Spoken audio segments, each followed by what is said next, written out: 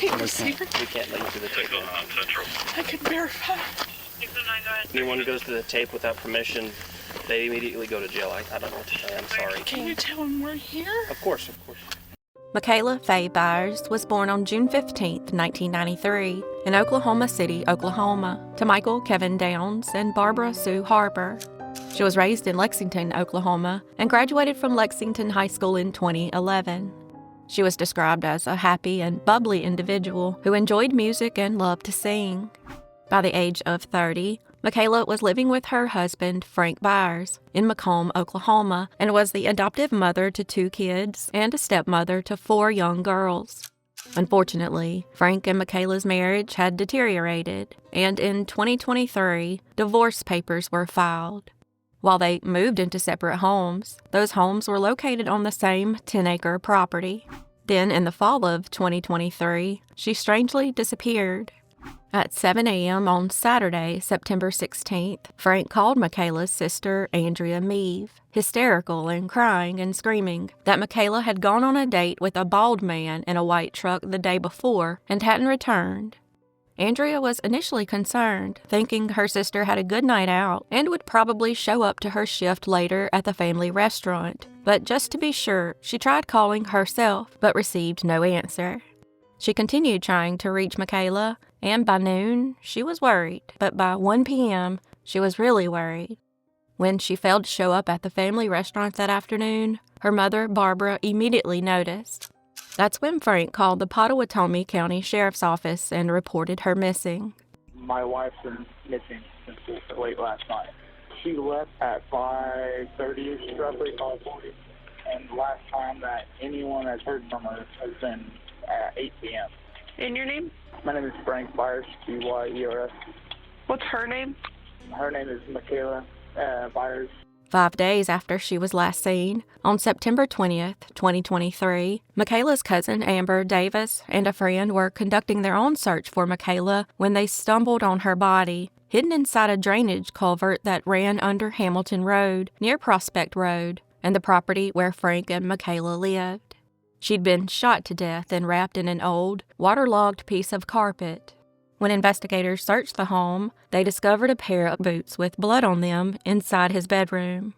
They also located a .22 caliber rifle and matching shell casings stamped with the letter F, which was later identified as the murder weapon. Inside one of the bedrooms, officers found a bullet lodged in the wall with Makayla's hair attached to it. Blood was also found on the floor, on bed sheets, and among broken glass, clear signs that a violent struggle had taken place. One of the most telling pieces of physical evidence came from a neighbor who told police that Frank had borrowed the very piece of carpet Makayla was later found wrapped in. Investigators then uncovered surveillance footage from Walmart showing Frank purchasing bleach, ammonia, and a mop on the same day he contacted Andrea and claimed Makayla had failed to return from her date. A forensic review of both Kayla's phone and Frank's phone revealed that her SIM card had been removed and placed into another device. From there, Frank began sending himself messages, pretending they were from Makayla, discussing her supposed upcoming date. As for a motive, investigators found that Makayla had been speaking with several women online and had even told one of them that he was, and I quote, willing to do anything to be with her. He then transferred money from Makayla's bank account to his own on the day she disappeared. Frank was arrested and charged with first-degree murder, unauthorized removal of a dead body, and desecration of a corpse. He initially pleaded not guilty before later changing it to a guilty plea and was then sentenced to life in prison without the possibility of parole.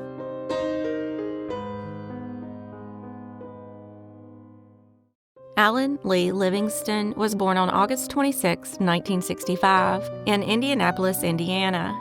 By his late 20s, he was still living in Indianapolis and was very active in the city's social scene. However, on August 6, 1993, he strangely disappeared after being seen in the downtown area of Indianapolis. Manuel Resendez also went missing that same day and was connected to Alan because they were both young gay men living in the same city. During the late 1980s and early 1990s, multiple young men disappeared, often in areas tied to the city's gay bar scene. By June 1996, a multi-year investigation into the disappearances of several men resulted in the discovery that Indianapolis businessman Herb Baumeister was a prolific serial killer. As investigators searched Baumeister's 18-acre property, Fox Hollow Farm, in Westfield, Indiana, they discovered thousands of burned and crushed human bones and fragments, and the initial findings indicated that there were at least 11 individuals. By July, Baumeister had figured out that they were closing in on him, so he fled to Canada and took his own life in a park there. By the late 90s, the remains found on his property totaled as many as 25 victims. Meanwhile, Alan was still missing, and his mother, Sharon, felt he might be one of Baumeister's victims. Sadly, it would take nearly 3 decades to get that answer. In October 2023, Baumeister's 9th victim was officially identified as Alan Lee Livingston. The reason it took so long is that many of the remains were burned and crushed, which made DNA testing incredibly difficult. In 2024 and 2025, 2 other men who disappeared from Indianapolis were also identified.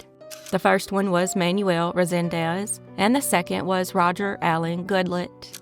Today, thousands of remains from Fox Hollow Farm are still being examined, and families are still coming forward to provide DNA, hoping for answers about lost loved ones.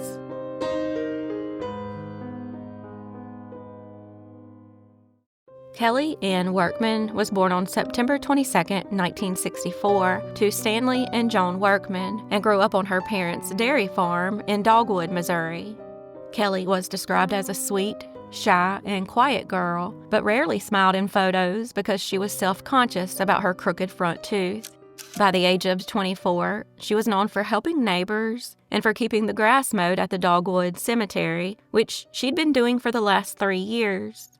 Tragically, on June 30th, 1989, while out mowing close to the intersection of Highway 14 and Highway Z, she strangely went missing. The last time she was seen was by her uncle at around 5:40 p.m., and by 6:15 p.m., they realized she was missing and called the police.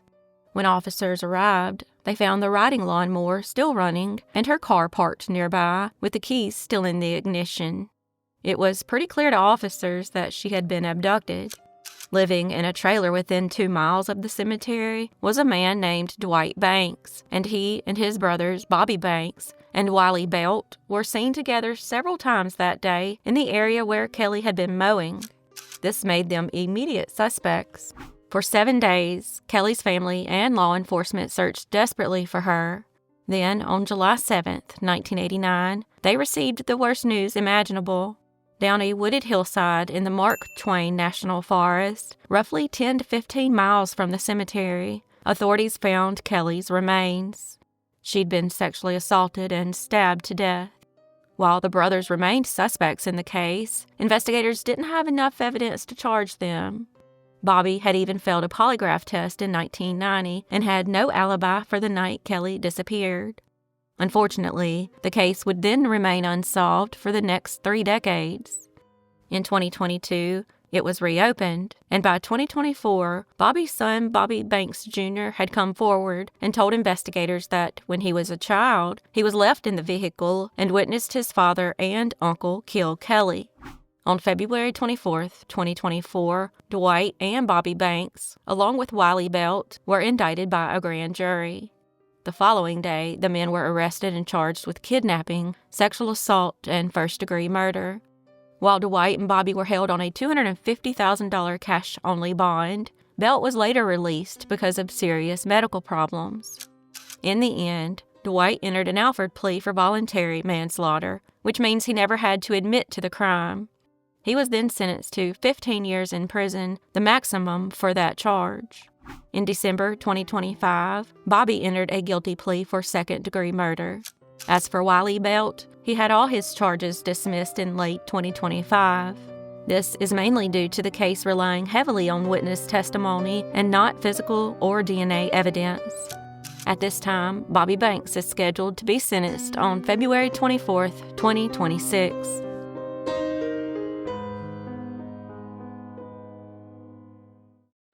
Jennifer Williams was born on February 3, 1971, to Lawrence and Marilyn West.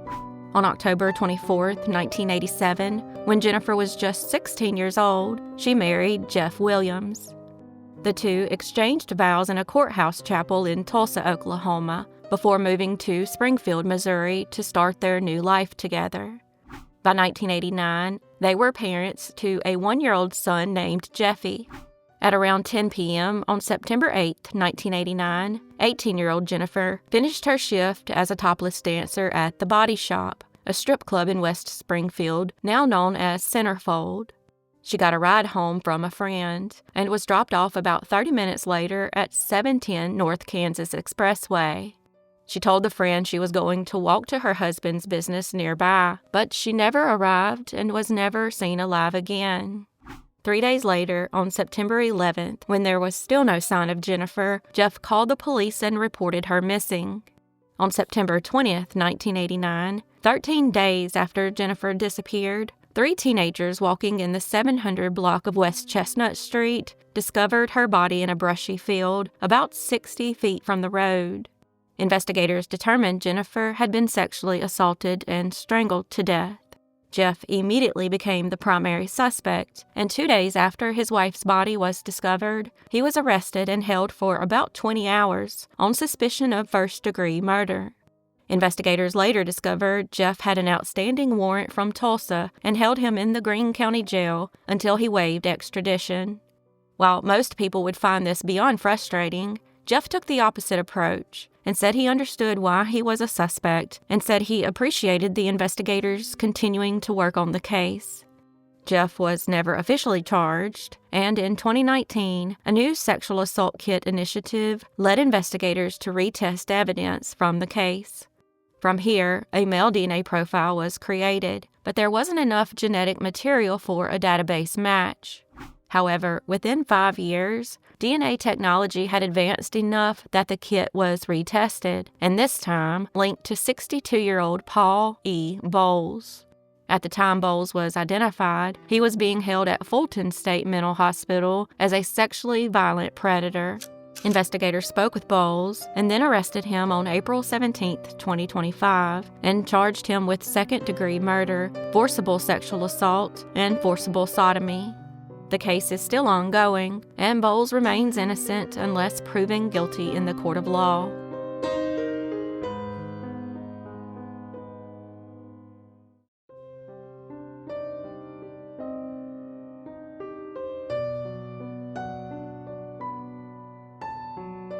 Hazana Anderson, who went by Muffin, was born on January 18, 2016, and was just 2 years old when a horrific tragedy occurred at the hands of her mother, Tiandra Kristen, and Kristen's boyfriend, Kenny Hewitt. In October 2018, Hazana traveled with her mother and Hewitt from College Station, Texas, to Houston, where they checked into the Downtowner Inn. On October 19th, Hewitt left the room with Hazana to get some food. But when he returned about 30 minutes later, Hazana was crying and wouldn't stop. This angered him, so he began hitting her with a belt. Kristen also used the belt after Hewitt told her she, and I quote, wasn't hitting her hard enough. Tragically, the beating continued until Hazana lost consciousness, at which point they removed her clothes and placed her in the bathtub. Believing she might wake up, they began running water over her, but she remained unresponsive. When Kristen was taking her daughter out of the tub, she said that's when she noticed signs that she had been sexually assaulted. When Hazana still didn't respond, they tried to warm her body with a hairdryer, hoping that might finally wake her. It didn't, and she tragically never regained consciousness. After she died, they placed her body in a bag, drove to another county, and dumped her remains in a lake, weighing them down in an attempt to keep her submerged. When Kristen returned to College Station, surveillance cameras captured her pushing Hazana's stroller, maintaining the appearance that her daughter was still alive. On October 28, 2018, she called 911 and reported Hazana missing from Gabbard Park, claiming she had left her unattended for just a minute, but investigators quickly noticed multiple inconsistencies. First of all, 2 people fishing near the park's pond said they saw and heard nothing unusual. Then, officers found a life-sized doll hidden inside a handbag that had been discarded in a trash can near Christian's car. The doll was dressed in the same clothes Christian said Hazana had been wearing.